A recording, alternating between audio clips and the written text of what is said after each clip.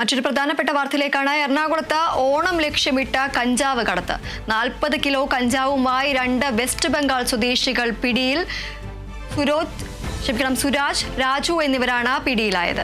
വിവരങ്ങളുമായി വിനയ രാജ് ചേരുന്നു. വിനയ, ഓണം ലക്ഷ്യമിട്ടുകൊണ്ടാണ് കഞ്ചാവ് കടത്ത് ഇപ്പോൾ കഞ്ചാവ് കടത്തുന്ന ആളുകളെ പിടികൂടിയിരിക്കുന്നത്. കൂടുതൽ വിശദാംശങ്ങൾ എന്തൊക്കെയാണ്?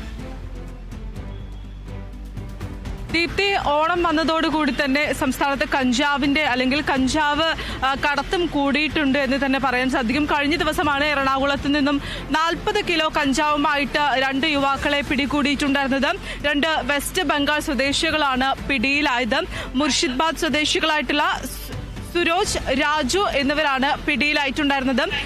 ഇവർ ട്രെയിനിൽ 3 ട്രോളി ബാഗുകളിലായാണ് കഞ്ചാവ് എത്തിച്ചിട്ടുണ്ടായിരുന്നത്. തുടർന്ന് നടത്തിയ പരിശോധനയിലായിരുന്നു ഈ യുവാക്കളെ പിടികൂടിയിട്ടുണ്ടായിരുന്നത്. കൊച്ചി ഡാൻസ് ഓഫ് ടീമാണ് പ്രതികളെ പിടികൂടിയിട്ടുണ്ടായിരുന്നത്. ഈ രഹസ്യ വിവരം ലഭിച്ചതിന്റെ അടിസ്ഥാനത്തിൽ ട്രെയിനുകളിലും മറ്റും പരിശോധന നടത്തിയിട്ടുണ്ടായിരുന്നു. ഈ പരിശോധനയിലാണ് 2 വെസ്റ്റ് ബംഗാൾ സ്വദേശികളെ പോലീസ് എന്തായാലും പിടികൂടിയിരിക്കുന്നത്.